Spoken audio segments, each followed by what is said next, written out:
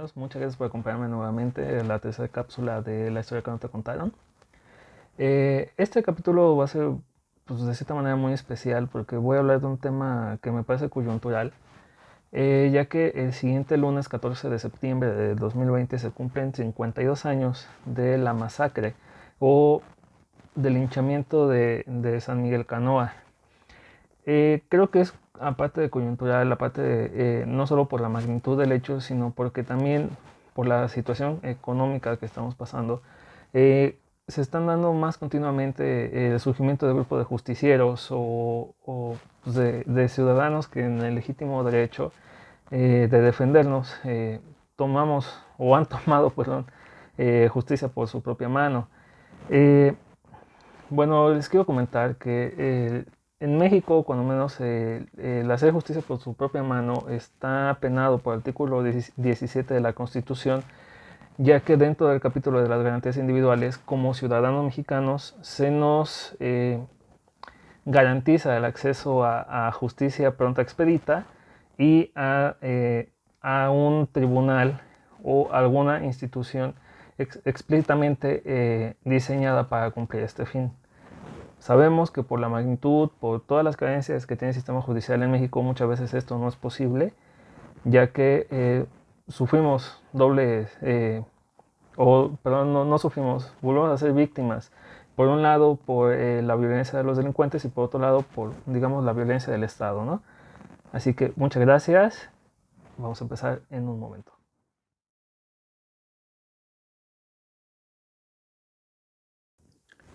Bien, San Miguel Canoa es en la actualidad una junta auxiliar del municipio de Puebla o desde la capital poblana. Se encuentra más o menos a 12 kilómetros de la ciudad, en las faldas de la Malinche o en el volcán la Malinche.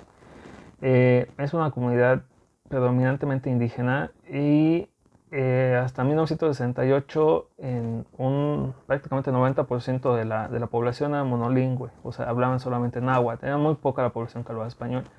Desde esa fecha han tenido o era una comunidad muy marginal, porque pues bueno, adicional a la situación económica, pues, prácticamente toda la vida habían vivido por cacicazgo entre los poderosos, digamos no poderosos, los ricos del pueblo, coordinados básicamente por el sacerdote, que en este caso era el padre Enrique Mesa.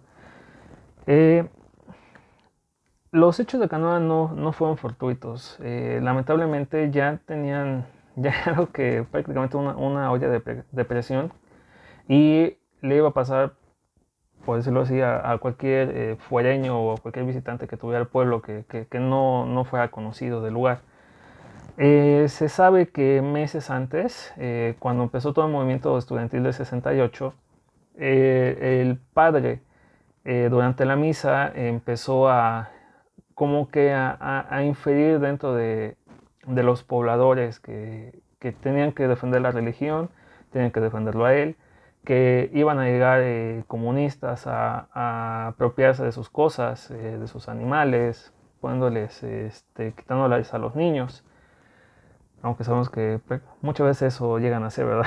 Pero eh, es como que lo estaba advirtiendo. Obviamente, como el padre prácticamente era el que mandaba en el pueblo, hace muchos años habían prácticamente tres autoridades siempre, que era el presidente municipal, el sacerdote y el maestro. En este caso, pues bueno, todo el poder recaía en el sacerdote, eh, porque prácticamente se había adueñado del pueblo. Es el que gestionó que se instalara el tendido eléctrico, hizo la carretera o hizo las gestiones para que se abriera la carretera pavimentada a Puebla, el teléfono, el agua potable, pero obviamente eso no fue gratis. Como casi en cualquier pueblo o en cualquier colonia, siempre los habitantes tienen que cooperar porque el gobierno, para variar, no tiene dinero. Y él se encargaba de hacer la recaudación de rentas. Prácticamente era el representante del pueblo ante las autoridades civiles también. Y obviamente hay personas que no comulgan siempre con todas las ideas o no están de acuerdo siempre con la gestión de algunos personajes y obviamente empezó a haber un grupo antagónico. fueron unos cuantos agricultores que con el paso del tiempo se afiliaron a la Central Campesina Independiente, que es una institución, bueno, una organización que existe hasta el día de hoy. En ese entonces tenía un corte comunista, vamos a decirlo abiertamente. Se habla de los atropellos por parte de la administración del padre Enrique Meza, eh, como por ejemplo negar, digamos, servicios de la misa en una población que es muy católica, donde el sacerdote es su líder espiritual, político y es el poder civil del pueblo a la vez, pues obviamente tiene un peso muy alto. Hay una película que hizo Felipe Casals en 1975, se estrenó en 1976, que se llama Canoa.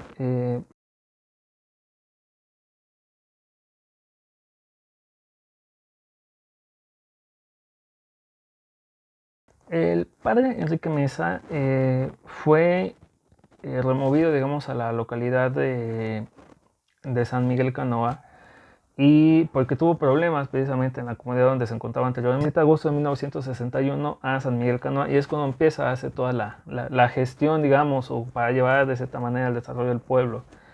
Eh, Como les comentaba, habían dos grupos antagónicos entre lo que era el poder tradicional y más los grupos que no estaban de acuerdo con el liderazgo del sacerdote, y todos ellos se conformaron con lo que fue, o agruparon más bien, con el CCI, que es la Central Campesina Independiente. Eh, Precisamente un par de semanas antes del 14 de septiembre, el sacerdote había ido dando poco a poco instrucciones durante las misas al pueblo y con sus más allegados sobre las posibles consecuencias o llegadas arribadas de grupos, digamos, comunistas o líderes políticos que venían de cierta manera a capacitar o a dar asesoría a los pobladores para que él no concentrara todo el poder. Eh, una de las gotas que derramó el vaso fue cuando en la manifestación del 27 de agosto de 1968, la famosa manifestación del Museo de Antropología e Historia al Zócalo, cuando los estudiantes tocan las campanas de la catedral con permiso del sacerdote, cuando encienden las luces también de la catedral, pero sobre todo es cuando arrían la bandera del Zócalo e izan la bandera rojinegra de huelga. De hecho, durante una de las misas, el padre o el sacerdote lo cita de esta manera: izaron una bandera rojinegra, roja como el infierno y negra como el pecado. Una comunidad prominentemente católica o casi al punto de fanatismo, pues obviamente eso altera a cualquier persona. Lo que es en concreto para el 14 de septiembre, las víctimas de este linchamiento fueron trabajadores de la UAP, que iban a escalar la Malinche. Ese día, si nos ven desde Puebla, capital, o si alguien ha tenido oportunidad de visitar Puebla durante tiempo de verano, los temporales o las lluvias son muy fuertes. En este caso no fue la excepción. Estas personas habían organizado una excursión a la Malinche. Casualmente, San Miguel Canoa es uno de los últimos pueblos por los cuales se puede subir porque están en las faldas, pero empezó a llover justo en el camino. Se sabe que pidieron refugio en varias partes del pueblo y les fue negado porque eran desconocidos. Días antes, 1 o 2 semanas antes, los ánimos aparte ya estaban alterados porque en primera porque los confundieron con estudiantes, en segunda porque no los conocieron, y en tercera porque días antes, perdón, los habían visitado las personas del CCI y los habían expulsado también de manera violenta. Entonces estaban pensando, los confundieron con ellos en ese momento. Al parecer, estas personas acudieron a dos tiendas a pedir asilo, y en esta última se encontraron con una persona que estaba de visita en el pueblo, que era de San Miguel Canoa, pero se encontraba de visita en sus familias por el puente vacacional, porque casualmente ese día fue viernes 14 de septiembre y caía en fin de semana, si mal no recuerdo, las fiestas patrias. En eso que están pidiendo asilo, esta persona que se llama Odilon García les ofrece la casa de su hermano, Lucas García, y es donde se van a refugiar para protegerse de la lluvia. En este entonces, pues en esta plática fue cuestión de horas, entre 8, 10, 9 y media, 10 de la noche, cuando surge todo este caso de linchamiento. En total fallecieron 4 personas de manera oficial, así de los visitantes. Entre ellos fue el señor Lucas García García, que era el propietario de la casa, que al parecer fue la primera víctima mortal de ese evento. Y los demás, bueno, fueron linchados de la manera más salvaje posible. Sí, la manera más salvaje. Digo, creo que ningún linchamiento es pacífico. Eh, Creo que humanamente se desatan todas las pasiones y como vil manada de salvajes, pues bueno, tendemos a exagerar la fuerza como humanidad. Eh, Varias veces cuentan o relatan más bien que varias veces intentan rescatarlos por la Cruz Roja, no los dejan pasar, hasta que más o menos eso de las 10 y media, 11 de la noche es cuando puede subir un grupo de granaderos acompañados por ambulancias y son trasladados estos jóvenes. Eran 5 personas de excursionistas las que subieron, que era Roberto Rojano, Ramón Calvario, Julián González, Miguel Flores y Jesús Carrillo. De estos fallecieron 2 o fueron asesinados 2, que fue Ramón Calvario y Jesús Carrillo. El resto, al parecer, se hicieron los muertos en lo que los iban a llevar al Zócalo para terminar de rematarlos o de lincharlos, pero pues, al parecer les favoreció mucho, les ayudó que sí se fingieran su muerte.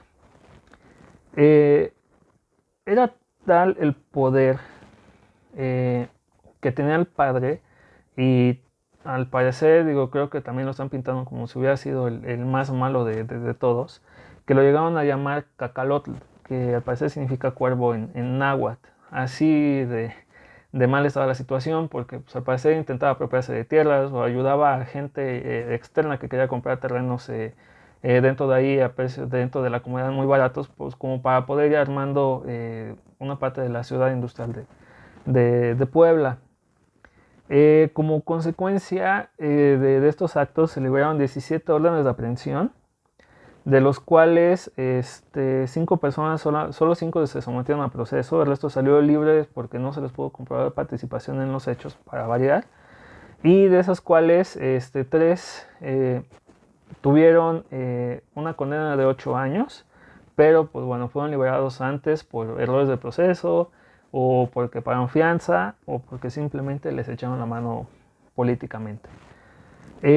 Por otro lado, el peritaje del señor Lucas sí, eh, sí se ve que hubo un ensañamiento, eh, ya que su cuerpo presentaba 3 heridas, una por arma de fuego, otras en el tórax, y se dice que la causa de muerte fue un machetazo que le dieron en el cuello, que prácticamente es lo que terminó, o no lo que terminó, sino la primera causa de muerte. Eh, Años después, el padre Enrique Mesa fue retirado del pueblo nuevamente por este tipo de problemas o fricciones que había tenido dentro de la comunidad y nunca se hizo responsable. Él dijo que en caso de que él resultara responsable, pues bueno, que hicieran lo que quisieran con él, ya que lo metieran a la cárcel o que lo fusilaran. Pero al parecer, como era una persona con cierto poder, pues obviamente jamás le pasó nada. No pude encontrar más información sobre este sacerdote. Ya no pude verificar ni de dónde nació, ni en qué año falleció, ni cuál fue la siguiente iglesia donde se le reubicó. Ya ven que así funciona aquí la iglesia católica. Desafortunadamente, este no fue un caso aislado, o no está siendo un caso aislado. Se volvió a repetir en 2018. Eh, pero al parecer aquí sí fue un acto de justicia.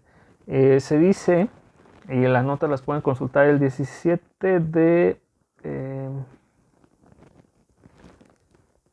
sí, fue el 17 de marzo, perdón, el 17 de marzo de 2018, es cuando ocurre un nuevo linchamiento. En este caso sí fue un ladrón completamente comprobado que la comunidad ya tenía bien identificado, pero no pasó, digamos, a mayores o no tuvo mayores consecuencias. Y al parecer, desafortunadamente, la comunidad ya quedó estigmatizada como un pueblo o como un lugar donde continuamente ocurre este tipo de eventos. Desafortunadamente, Puebla es el único estado de la República, o más bien no único, sino de los que lidera a nivel nacional en este tipo de sucesos. Por un lado, creo que causa sentimientos encontrados porque, insisto, es nuestro legítimo derecho poder hacer uso o defendernos nosotros cuando hay una ausencia evidente del Estado. Pero por otro lado, si no aplicamos la ley, entonces no existe un Estado. Y necesitamos del Estado también. Es algo que queda ahora sí, ¿no? Como para Polo dejar en balance. Y lamentablemente, pues estos no son hechos aislados. Digo, creo que si bien nomás recuerdan, en días pasados, en agosto y julio, hubo varios linchamientos. No fueron fatales, pero pues sí fueron muy impresionantes y han ocurrido en el Distrito Federal. Desafortunadamente, los criminales también se dieron cuenta de cuál era la manera en que se podían defender y hubo, en este caso sí, hubo 2 víctimas fatales en el último suceso que se hizo público, que fue a finales de agosto. Creo que debemos también entender que para esa fecha, como les decía, fue una prácticamente bomba de tiempo, era una olla de presión, porque por un lado tenemos un grupo que quiere conservar sus intereses, pero por otro tenemos otro grupo que también quiere conservar sus intereses, pero están siendo víctimas de la desinformación. Obviamente pagaron justos por inocentes, justos por pecadores, perdón, y la cosa no terminó ahí. O sea, siguió y siguió y siguió. Y 2 semanas después de esa fecha fueron los sucesos del 2 de octubre del 68. Pero creo que también eso es para un tema completamente aparte, que todavía no se ha superado y que falta mucha información por revelarse. Así que, ¿qué más vamos a poder decir sobre este tema? No queda más que condenar el hecho de que el Estado se encuentre completamente ausente en una de sus principales funciones, que es proveer de seguridad, tanto jurídica como física, a sus pobladores, porque a fin de cuentas nosotros mantenemos al Estado y el Estado nos ha fallado y no es algo nuevo, ha fallado desde hace muchísimo tiempo.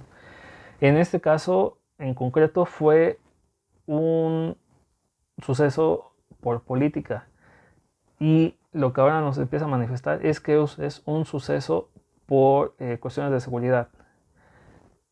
Sí creo que esto puede llegar a escalar también en algún momento. Estamos viendo que hay varios grupos en algunos lugares donde se están llegando a aliar con el crimen organizado para poderle hacer frente a un Estado ausente o tomar el lugar de un Estado ausente.